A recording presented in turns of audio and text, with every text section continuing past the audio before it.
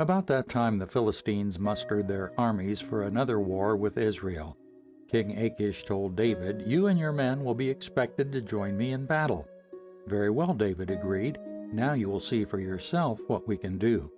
Then Achish told David, "I will make you my personal bodyguard for life." Meanwhile, Samuel had died, and all Israel mourned for him. He was buried at Ramah, his hometown, and Saul had banned from the land of Israel all mediums and those who consult the spirits of the dead. The Philistines set up their camp at Shunem, and Saul gathered all the army of Israel and camped at Gilboa. When Saul saw the vast Philistine army, he became frantic with fear. He asked the Lord what to do, but the Lord refused to answer him, either by dreams or by sacred lots or by the prophets. Saul then said to his advisers, "Find a woman who is a medium, so I can go and ask her what to do."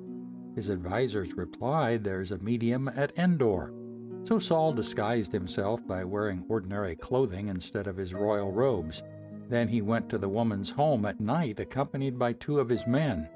"I have to talk to a man who has died," he said. "Will you call up his spirit for me?" "Are you trying to get me killed?" the woman demanded. "You know that Saul has outlawed all mediums and all who consult the spirits of the dead. Why are you setting a trap for me?"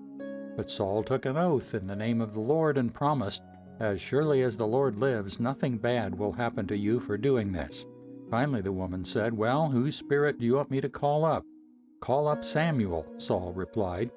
When the woman saw Samuel, she screamed, "You've deceived me! You are Saul!" "Don't be afraid," the king told her. "What do you see?" "I see a god coming up out of the earth," she said. "What does he look like?" Saul asked. "He is an old man wrapped in a robe," she replied.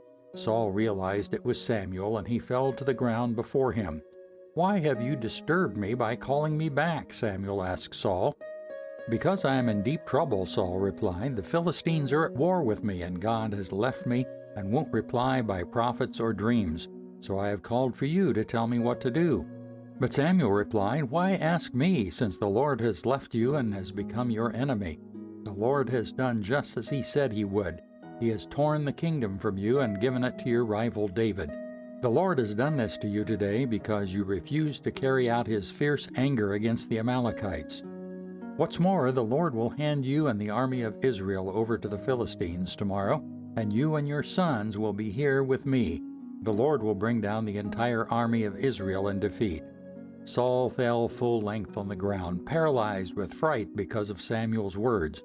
He was also faint with hunger, for he had eaten nothing all day and all night. When the woman saw how distraught he was, she said, "Sir, I obeyed your command at the risk of my life. Now do what I say and let me give you a little something to eat so you can regain your strength for the trip back." But Saul refused to eat anything. Then his advisers joined the woman in urging him to eat, so he finally yielded and got up from the ground and sat on the couch. The woman had been fattening a calf, so she hurried out and killed it. She took some flour, kneaded it into dough, and baked unleavened bread. She brought the meal to Saul and his advisers, and they ate it. Then they went out into the night.